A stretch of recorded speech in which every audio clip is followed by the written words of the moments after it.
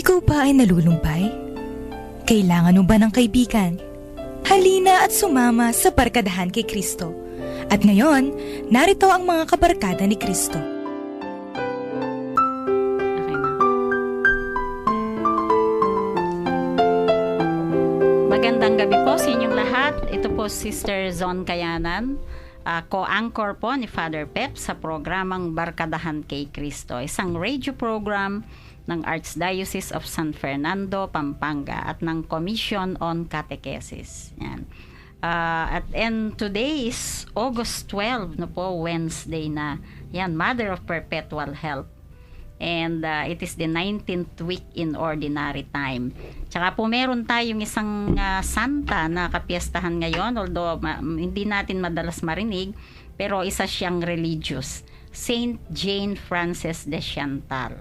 Ayan po, no? Wala po ang main anchor, si Father Pep, kasi po meron siyang misa sa Unisite. Ayan. Siguro po papunta na siya doon. Hello, Among, kung nakikinig ka habang nasa daan. And tatlo po kami ngayon sa radio booth. Of course, ang regular na nating co-host every Wednesday at saka yung regular co-host pag Friday. Yan. Ladies first, no? Sige, Sister Day po, ang Friday girl ng Barkadahan kay Kristo. Bati ka muna, Sister Day. Good evening po, magandang gabi po sa inyong lahat. At sabi nga ni Father, ito daw po ang inyong Friday Go-Go Girl. Kulang yung sinabi. Kaming dalawa ni Sister Karen, Friday Go-Go Girls daw kami. Kasi go nang go. Kahit anong pag-utos sa amin, go nang go. So, ako po ay nagpumupugay sa inyo ng magandang gabi at nawa ay samahan po ninyo kami hanggang mamayang alas 7 ng gabi. Oh, okay. Mamaya na ako mga announcements, at saka mag-greet mamaya na. Okay. At ang bagong Wednesday co-host natin, of course, na nakumbinsi, salamat at nakumbinsi natin kahit busy siya sa school, no po?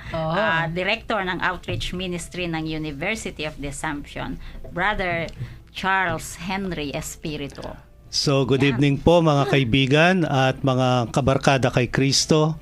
Good evening, Sister Son. Good evening, Sister Day. Good evening po. So, bali pangatlong Wednesday ko na po ito at na-convince po ako ni Father Pep at Sister Son na makakasama kayo tuwing Wednesday sa ating Barkadahan kay Kristo. Okay.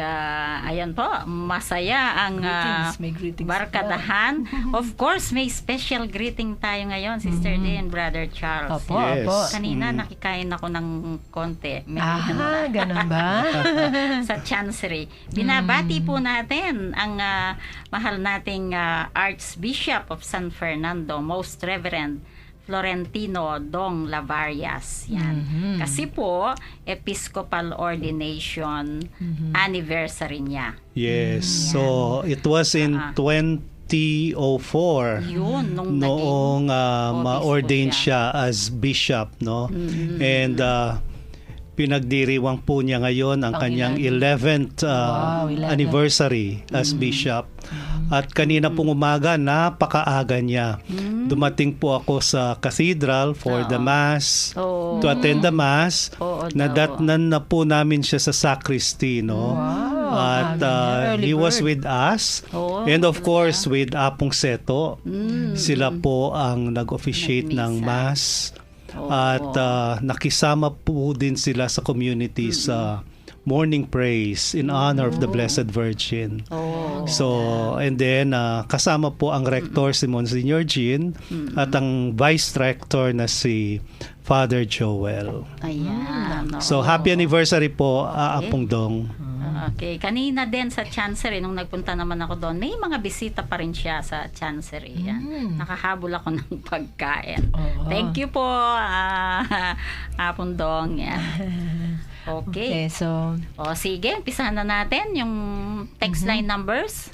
okay, ang text line numbers po natin para sa mga gustong sumali sa atin sa ating discussion, no? At makapag-sharing sila. Yung mga smart subscribers po, pwede silang tumawag sa 0918-351-8282, 0918-351-8282. At sa Globe subscribers naman ay 0917-363-3738, 0917-363-3738. Okay, at kung gusto niyo naman pong sumali pa sa Connect Katekista, SMS service ng Commission on Catechesis, mag-text lang po kayo sa number na to, 0927-891-0966. 0927-891-0966. Paano po ang gagawin ninyo? Ang i-text po ninyo ay REG capitalized and then space yung pangalan nyo, and then slash yung address po ninyo, school or maybe parish. At doon po ninyo i-text, no? Ulitin ko, 0927-891-0966. Makakatanggap po kayo ng religious messages every day. At kung gusto po ninyong mag-request ng prayer kay Father Pep, siya po ang magpe-pray sa inyo during his masses at Arsobispado. Live streaming. Yung sa live streaming naman, para mapanood po ninyo kami ng live, ay simply go to www.ustream.tv. Again, www.ustream.tv, at i-type lang po ninyo dun sa box ang Bright FM 919. Bright FM 919. At kayo po ay makaka-connect sa amin ng live. Okay, at thank you po sa mga nanonood, lalo na po yung nasa ibang bansa. Hello po kayo dyan. Hello po dyan. At sige po, meron kayo. So, siguro po yung mga nakakasama natin sa barkadahan, either sa live streaming or sa radio, salamat po sa pagsama sa amin sa barkadahan kay Kristo. Lalong-lalo na po. At ako'y nakausap ko po yung si Sir Allen sa Pampanga Provincial Jail, yung assistant warden, if I'm not mistaken. At sabi niya, nakakapakinig daw nga yung mga kapatid natin sa Pampanga Provincial Jail through isang parang may speaker sila. Malaking speaker. More than 1,000 yata sila doon. So in particular, binabati ko yung aking mga kapatid dyan sa Celdo number 3. I'm sure naririnig din nila tayo, no? At yung mga kapatid natin na mga inmates na babae din, nakikinig din sila sigurado. So magandang gabi po sa inyong lahat, mga kapatid, at tayo po ay makinig hanggang mamayang alas 7. Okay. Sige, umpisa na natin yung gospel reading po for today. Okay. Our gospel for today. Ang ating mabuting balita galing kay Mateo, chapter 18, verse 15 to 20. Kung ang kapatid mo ay nagkasala sa iyo, lapitan mo at kausapin ng sarilinan. Kung pakikinggan ka niya, ay nakuha mo ang iyong kapatid. Kung hindi ka niya pakikinggan, magsama ka pa ng isa o dalawa upang lahat ng nangyari ay patotohanan sa pananalita ng 2 o 3 saksi. Kung sila man ay hindi niya pakinggan, isumbong mo siya sa iglesia. At kung ang iglesia man ay di niya pakinggan, ipalagay mo lang siyang tulad ng hentil at publikano.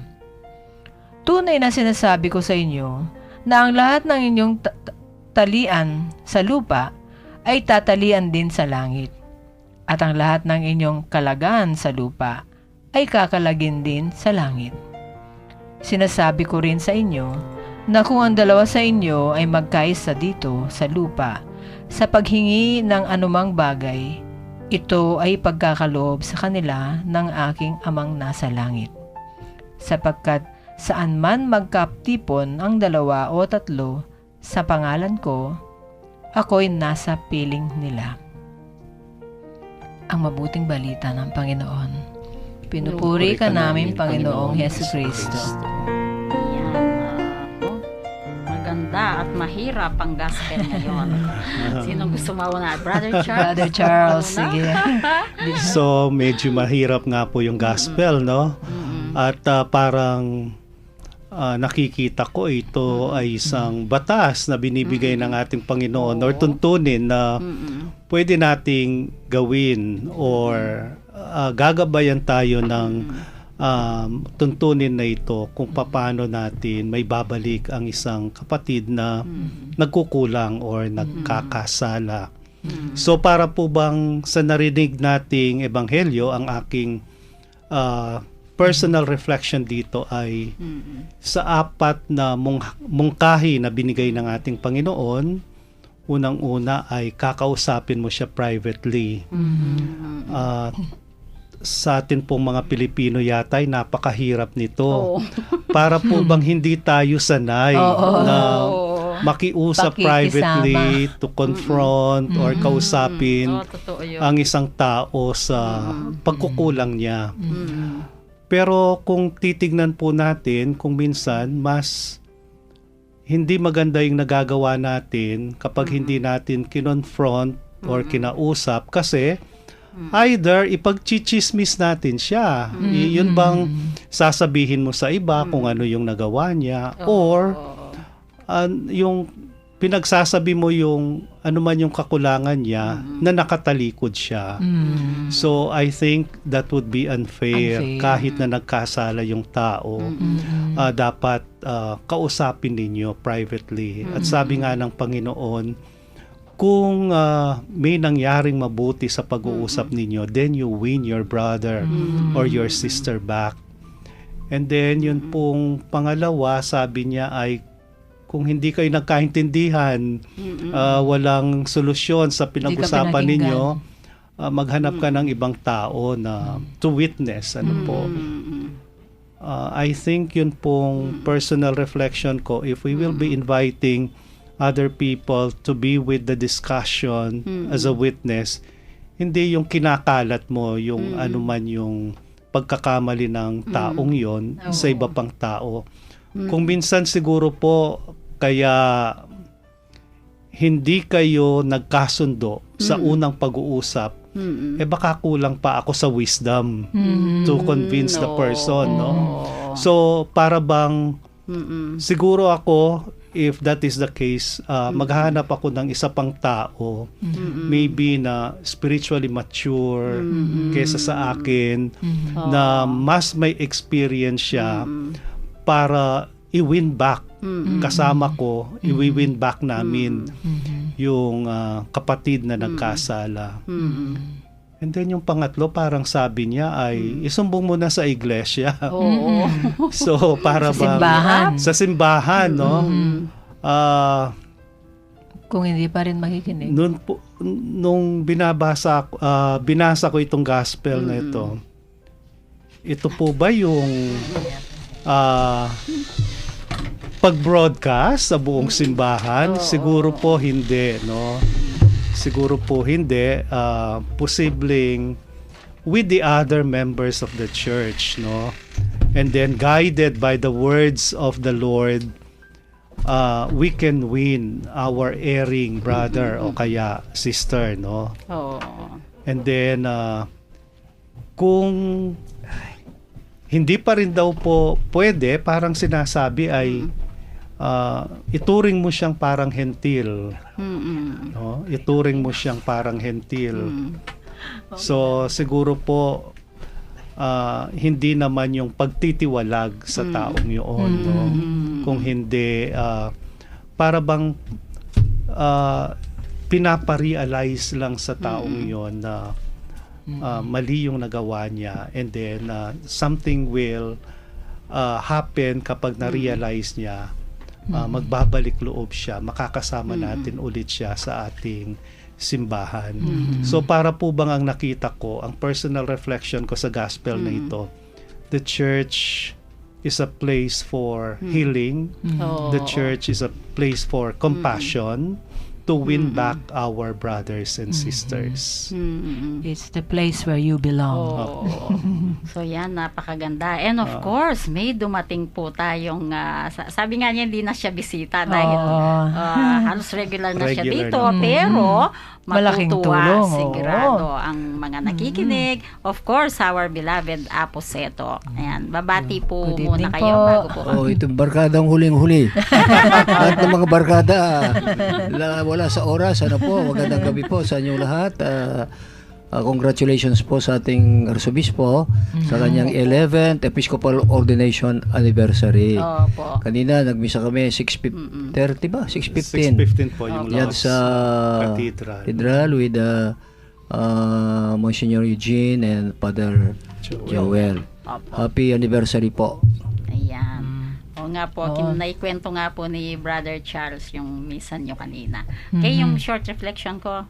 Sige. Sige. Yun Huli na lang nga ako. po, yung correcting a friend or ang ibang tao sa kasalanan nila or sa mali nila. Siguro po, magbibigay na lang ako ng 3 ways para makorek natin. Unang-una, kailangan po be sure na yung facts na alam natin tungkol sa pagko-correct sa taong ito ay tama, ay totoo, no? Number 1 po.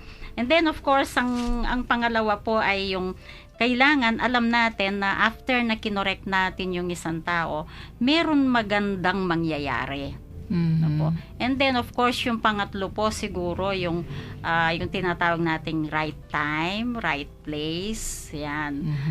Para i-correct natin kasi kung minsan wala sa timing, wala sa tamang lugar. So yun pong 3 yon.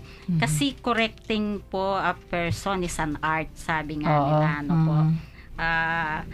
Yun nga, indeed it's an art and it is a great act of love kapag po ginawa natin yon. Prudence, di ba? Yun ang prudence na tinatawag. Okay, Sister Day, ikaw naman? Oo. Ako, ito recently, meron ako na experience, na witness na isang pagko-correct ng isang kapatid sa kanyang kapatid.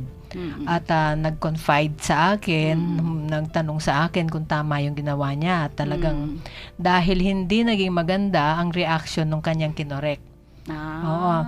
Pero, ang nakita ko naman na bunga nung kanyang ginawa, talagang nakita ko sa puso niya na talagang nagmamalasakit siya dun sa kapatid na kinorek niya. Ang ginawa niya tama nung hindi siya pinakinggan, humingi siya ng tulong sa kapwa niya na kapatid para dalawa na silang magpapaalala na hindi maganda yung ginagawa. Pagkatapos nun, nailagay na sa tamang proseso ng sistema at nailagay sa tamang kalalagyan yung kapatid na may ginawa. So, ang nangyari doon na para siyang nabibigatan ng loob kung tama daw ba ang ginawa. Tapos sabi ko, alam ng Diyos ang laman ng puso mo, maganda ang intention mo, sabi ko, at palagay ko magbubunga naman ng maganda yan para sa ikabubuti ng iyong kapatid, sabi ko. Yun, maganda naman na naging resulta. O yun, sa awa ng Diyos, sila ay talaga nagkakaintindihan naman. Nandun na lang dun sa kapatid na pinaalalahanan, medyo hindi pa maganda ang pagtanggap niya. Ayun, okay lang yun. So, it's an act of love, it's an act of risk, pero with the proper intention, I'm sure sa langit ay may gantimpala yun. Yun. Okay, of course, ang reflection po ni Aposeto na hinihintay. Ang ating Panginoon ay talagang mabuting guro. Tinuturo sa atin, hindi lang doktrina, hindi lang pagsamba, relationship. Paano tayo sa iglesia na tayo makikipugnayan bilang kapatid. Kaya yung first line ng gospel, isa niya, if your brother wrongs against you or sins against you, so brother. So, kailangan yung manner, yung maayos. Hindi mo siya inuhusga, hindi mo ini-scold, para you can win him back. Talagang pagmamahal kapatid. Oo, kapatid. Maski na yung sinabi kanitang kung hindi nakikinig sa iyo, iwan mo na bilang isang publikano. Hindi pa hopeless yan. Kasi next line, sabi niya, ano man ang inyong kalagin dito sa mundo, makakalag, alin man ang inyong itatali. It's forgiveness. So, even if you consider a publican, but still, huwag kang mawawala ng pag-asa. You learn how to pray for him, panalangin mo siya, patawarin mo siya. Kasi pagka nanalangin kaya, hindi mo naman hinihingi na siya magbabago. Ikaw dapat magbago. Magbago ka, and then maintindihan mo. Then you can win back your brother. Kaya importante ito sa mga magulang. Pag kinokorekta natin yung mga anak natin, sana po yung manner, Oo nga, tama talaga ng disiplina, pero paano ba ang pagmagaspang pa, nakakasakit ba, nakaka-insulto ba? See, the way you correct somebody can do more harm. Oo. Opo, Rather totoo yun. than win back your brother. Paraan. Kaya sabi ng Papa, with mercy and compassion. Ito, yung mercy and compassion pero nakapa-importante na dito sa modernong panahon, yung kahulugan ng dialogue. You dialogue with each other. You dialogue with your brother. You dialogue your father and mother. Husband and wife should dialogue. Children and parents should dialogue. Office mates should dialogue. Sometimes, makikita yung office mate mo. Always coming late. Saka panay na cellphone, hindi ginagawa yung quality work niya sa opisina. You can correct him. O kaya yung mga kaklase mo, is cheating, no? Or you can in a nice way ma-correct mo siya, but always as a brother, no? Lovingly. Lovingly. At yun it is an act of charity, sabi nga ni it is an art, it is an act of compassion and charity. At yung po lahat yan, sama-sama natin. Sa Christian life kasi, walang virtues na hiwilay na separated. They're all lumped together. Kung ikaw ay mapamatawad, mahustisya ka rin. Kung ikaw ay mahustisya, ikaw ay makatarungan, mapamatawad ka rin. Kasi sa Diyos kasi, hindi hiwi-wala yung kanyang mga kalidad, no? Yung kanyang truth, yung kanyang justice, yung kanyang love, yung forgiveness. Naku, maganda ang pagkakaugna-ugnayan yan. So the danger here is when you emphasize one virtue at the expense of the others. Opo. Mahirap yan Oo nga po. Mahirap. Oo. Po, napakaganda po ng explanation. May tanong po ako, Among. Sabi nga po dito, kung hindi daw siya nakinig, regard him as a pagan or a tax collector. Yan. gusto Pwede sabihin. pong paki-explica? Kasi may excommunication nung araw. Ngayon wala na. Even St. Paul, no? Wala na yung very seldom ang excommunication. It is all win your brother 1,000 times. Sabi na merong kuwan si Edison yung inventor of the bulb. Thomas Edison. Yung mga kanyang student, Thomas Edison. hindi nila ma-mix yung correct elements para chemicals para makapag-produce ng electricity sa bulb nila. O sabi niya, remember, there are 1,000 combinations. So, what is the What is the lesson? Continue, try again. Do not immediately throw him out into the outside the church. Ngayon wala ang in-excommunicate lang ata ni Pope John Paul II was Lefebvre, yung arsobispo ng Pransya na hindi magandang doktrina ang tinuturo niya. At ayaw niya tanggapin ng Vatican Council. Nagmimisaya yung Latin pa.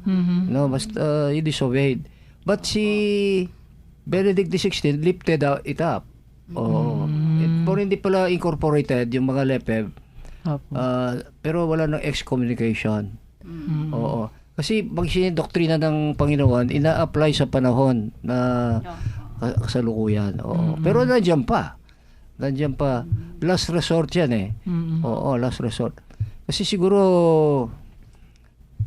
ang kuwan dito bilang tao, somehow you have to put a border, limit. Hanggang dito ka na lang, no? Pero talang tunay na judge yan ay sa taas. Tunay na magdidisposisyon niya, no? Okay, naku, napaganda po ng talakayan natin, pero ang bilis ng oras. Half hour na tayo. Okay, mag-break po muna tayo. Isang magandang kanta. Anong pinatugtog mo? Meron na. Pagkakaibigan. Ayan, pagkakaibigan. Okay po.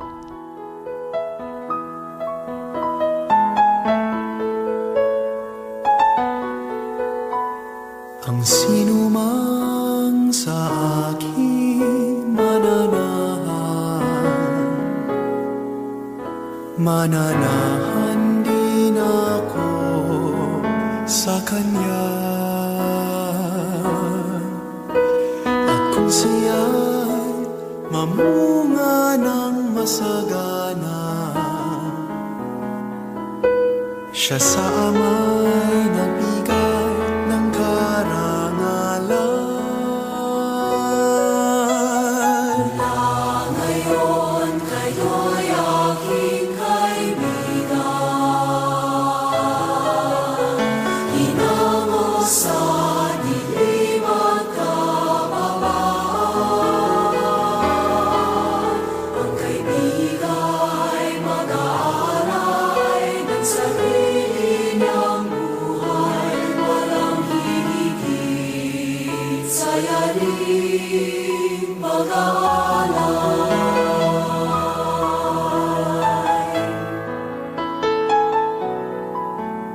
Kung paano mahal ako ng aking ama, sa inyo'y aking ipinadarama. Sa pag-ibig ko kayo sana ay manahan, at piling ko sa inyo ay magmahalan. Ngayon kayo'y aking kaibigan, hinango sa dilim at kababaan. Ang kaibiga'y mag-aalay ng sarili niyang buhay, walang hihigit sa yaring pag-aalay. Pinilig at hinirang upang mahalin, nang mamunga't bunga mo'y manatili. Umayo ka, mamunga ng masagana, kagalakan walang hanggang ipamamana. Mula ngayon kayo'y aking kaibigan, hinango sa dilim at kababaan. Ang kaibiga'y mag-aalay ng sarili niyang buhay, walang hihigit sa yaring pag-aalay.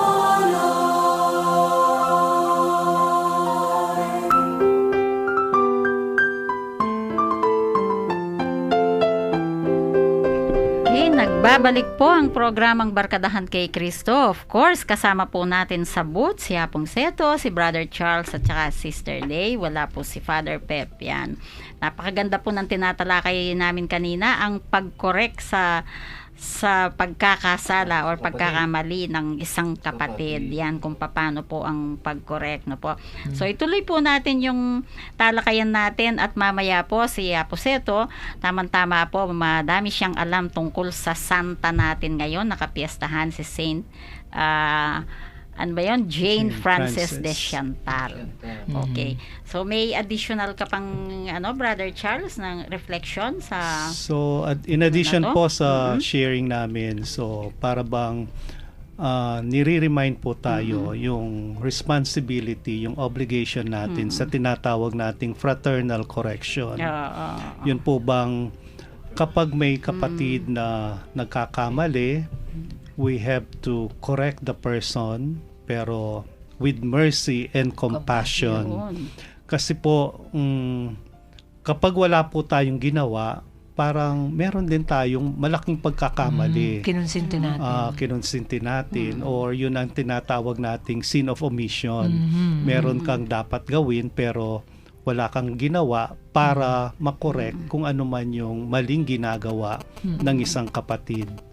So, yun po siguro ang mabuti nating gawin ngayon. So, instead na kibit-balikat na lang po tayo na parang hindi na natin papansinin pa kung ano man yung maling nangyayari. So bigyan po natin ng pangunawa Yan. at i-correct natin kung ano man yung mali. Okay, basa lang po sandali ng mga text messages natin. Kay Mang Amando, of course, our regular listener, no, from 1613.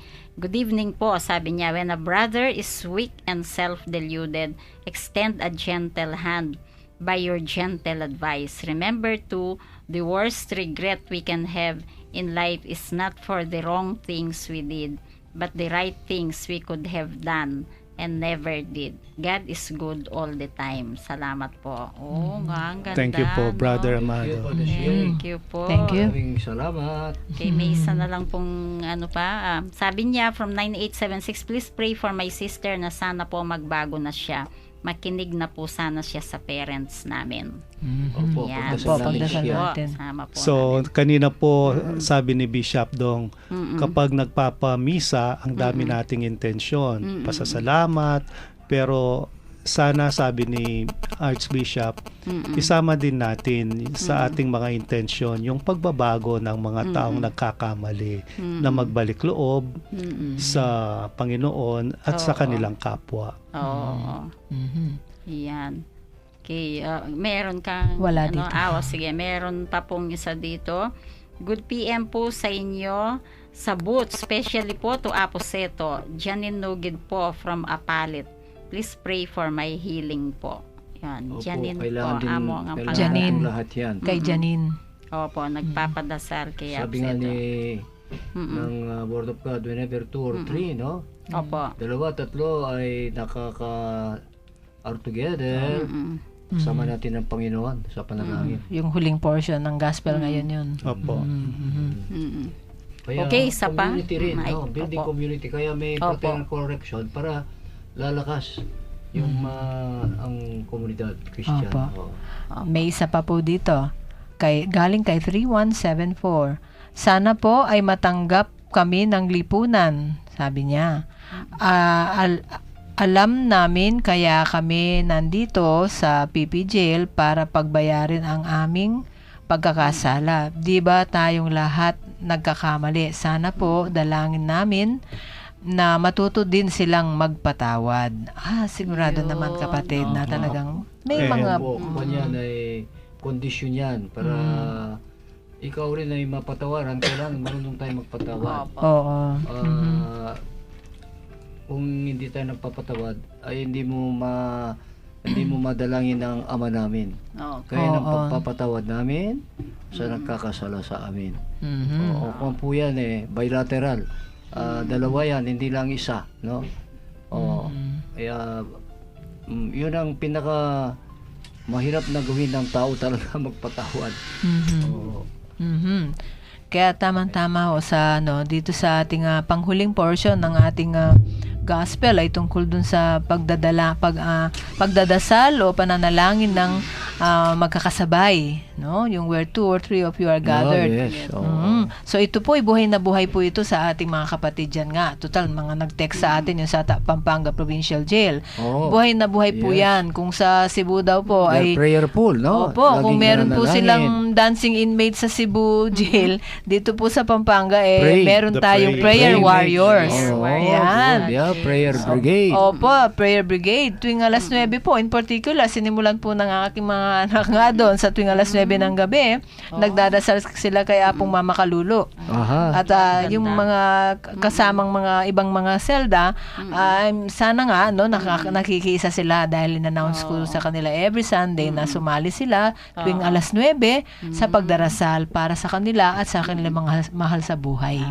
Yun, prayer brigade ang PPJ.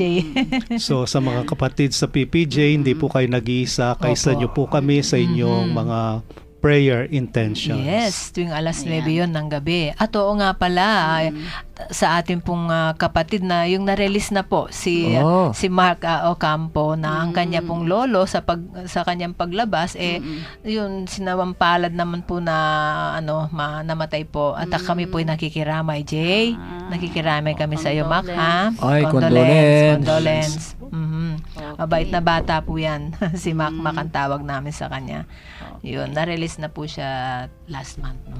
Sige. Nagtatrabaho na po sa Manila. Okay. Pakinggan po natin siya po seto tungkol sa buhay ng ating santa ngayon. Opo. Itong ating santa ngayon ay Santa, paano sa Tagalog ito? Saint Jane Francis de Chantal. Santiago. Oo, ito ay isang Jane. princess na siya ay nag-asawa sa isang baron. Siguro parang duke ito, no? Sa Pransya. Mayaman ang pamilyang ito, maraming lupa.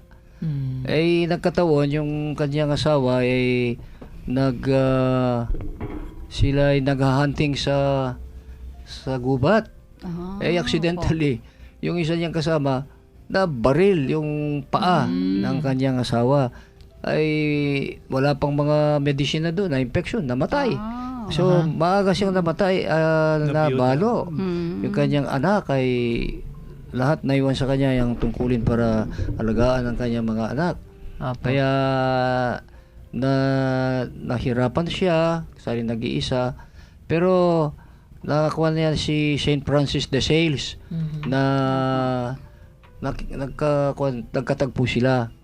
At siya ay tumubo sa kanyang puso na kasi widow na, no? Gusto siyang magmadre.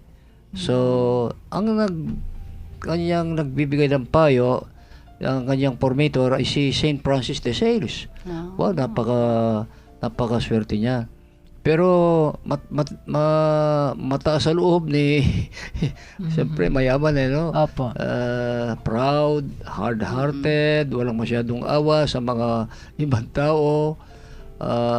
Pero later on, si Francis de Sales unti-unti na lapit niya sa Panginoon at nagbago naman siya.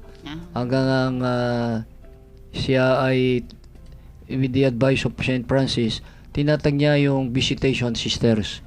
Oo, Visitation Sisters.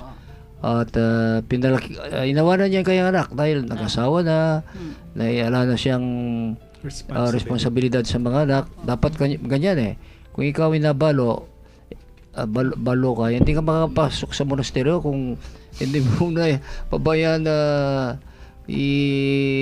gawin ng stable yung mga anak mo. Hindi pa po ako pwede. Yung una mo, hindi ka pwede.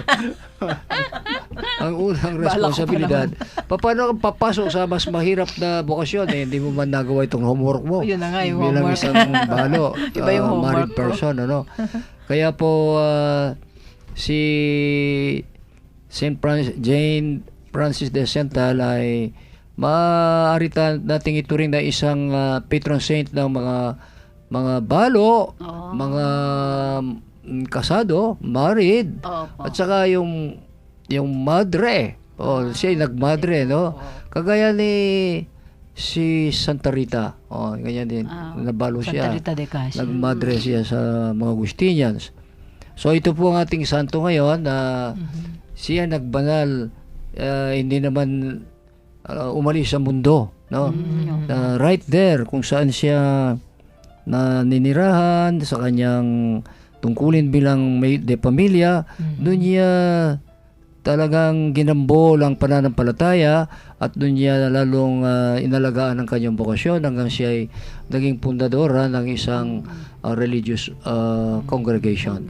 The Visitation Sisters. Visitation Sister pala siya. So, pwede pa palang mag-ano ng congregation. Okay. May isa pa pong sandali, yung isang texter pa from 5698. Sabi po niya, pagpapatawad sa kapwa at sa sarili ang kailangan natin kasi pinatawad tayo ng Diyos Ama. Kahit ilan beses tayong nadapa at nagkamali, ang pagpapatawad at pagmamahal ng Diyos ay hindi nagmamaliw kailanman. God is good all the time. Salamat po, Migs po ito. Si Brother Migs. Oo, sa Candaba, yung estudyante natin. Sa Alfie. Sa Alfie. Congratulations. Alfie, yan. Ang ganda ng Lagi sa inyong pong- sharing. Amen, Brother Migs. Brother Migs. Okay, may oras pa ba? Sige, o may mga announcements tayo at saka greetings muna bago. Para sa announcements po, unang-una yung Marian Congress po ng Krusada ng Virgen de los Remedios. Sa Sabado na po ito, August 15, sa Our Lady of Sorrows Parish sa Dolores po. Kung maari po ang bawat parokya ay magpadala ng mga representatives para sa Marian Congress. At ang bisita po natin ay si Bishop Teodoro Bacani, isang Kapampangang Magaling na obispo. formator, speaker. At ang talk po niya ay magsisimula ng 1 o'clock in the afternoon. So as early as 12 noon po magsisimula ng registration. At ito po ay iko-conclude ng isang banal na misa na pangungunahan po ng ating Arsobispo, Most Reverend Florentino Lavarias. And then sa August 15 din po, ito ay kapistahan ng mahal na birhen na iniakyat sa langit. So ang atin pong simbahan ng katedral ay dedicated po sa Our Lady of the Assumption. Kaya sa araw pong ito ay ikapitong araw na ng nobena ng Our Lady of the Assumption at ikawalong araw na po bukas. So nagsisimula po yung morning prayer in honor of the Blessed Virgin at 6:15 in the morning at tuloy-tuloy na po ang misa noon.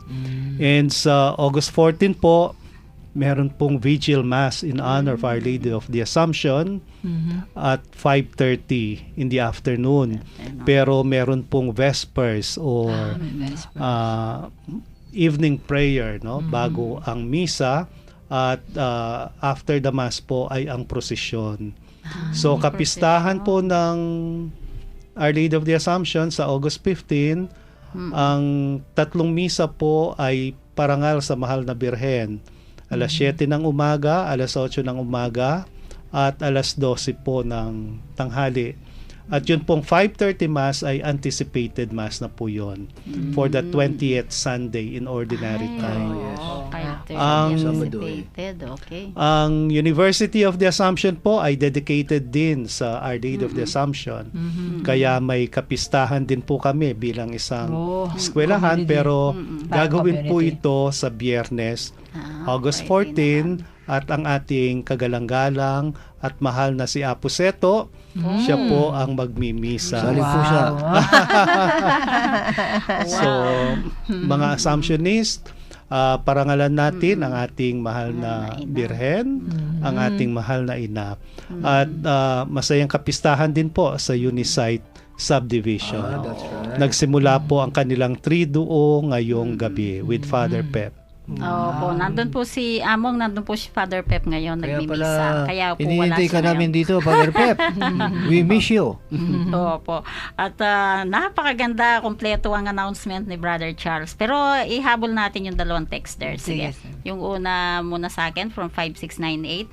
Tanong kay Brother Charles, meron daw bang registration yung First Siguro P. Marian? Wala po Congress. siyang registration fee. O, yan, gusto Ang bawat parokya po ay pwedeng magpadala ng 10, no? Okay. Medyo nililimit lang po yung participation kasi medyo maliit po yung venue. And then parang it is the first time tinitignan po ni Father Fer, ang director ng Krusada, kung ano yung magiging bunga ng Marian Congress na ito. So sa history po ng Krusada ng De Los Remedios, this is the second Marian Congress kasi po nung na-relaunch ang Krusada in 1954, nagkaroon po ng Marian Congress dito sa Pampanga para sa relaunching ng Krusada, and at the same time for the centenary of the Immaculate Conception. Centenary na. Okay, pero 1954. 1954 po yun. 4 na taon pa lang ako.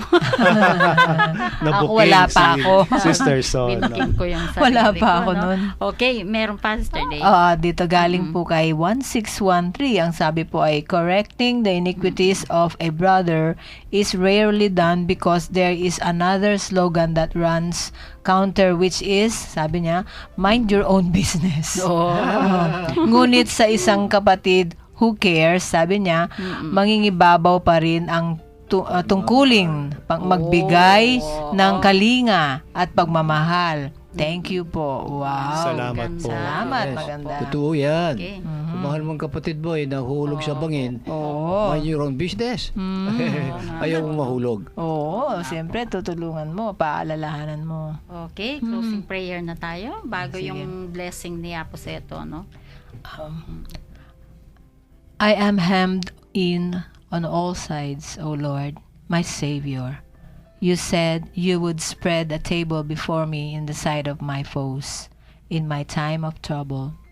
By your mercy for one who loves you, deliver me now by your mighty name, Jesus. I beg you, repair the breach of conflict and bring your peace that surpasses all understanding to guard my heart and mind. Amen. Amen. Sa ngalan ng Ama at ng Anak at ng Espiritu Santo. Amen. Mapagmahal na Ama, kami po ay nagpapasalamat sa pagkakataon na binigay mo sa amin para lalo naming timtiman na makilala at mabigyan ng malalim na kahulugan ng iyong salitang buhay. Ang salita mo, Panginoon, ang siyang naghuhubog sa inyong mga anak at nagbibigay ng liwanag para lalo kaming lalapit sa iyo. Paspasan mo lahat ng nakikinig ng radyong ito, ang may-ari ng Bright FM 91.9, si Father Pep, at lahat ng mga panelists dito, ang aming Arsobispo, aming Obispo, si Bishop Pambo, Monsignor Jean at Joel. Lahat po ng aming kaparian, ito pang sila rin ay manatiling malapit sa ating Panginoon. Sa ngalan ng Ama at ng Anak at ng Espiritu Santo. Amen. Tapos na ang ating programa. Humayo kayong mapayapa. Salamat sa Diyos. Diyos. Wala nang announcement. Okay, wala na akong announcement. So siguro po maraming salamat po sa mga nakibahagi sa Barkadahan kay Kristo. Isang mapagpalang gabi po sa ating lahat. At sabay-sabay po tayong manalangin mamayang 9:00. Samahan natin ang ating mga kapatid sa Pampanga Provincial Jail. Okay. Thank you. Maraming salamat po. Good night, God bless, at ingat po kayo palagi. God bless you all. Lala.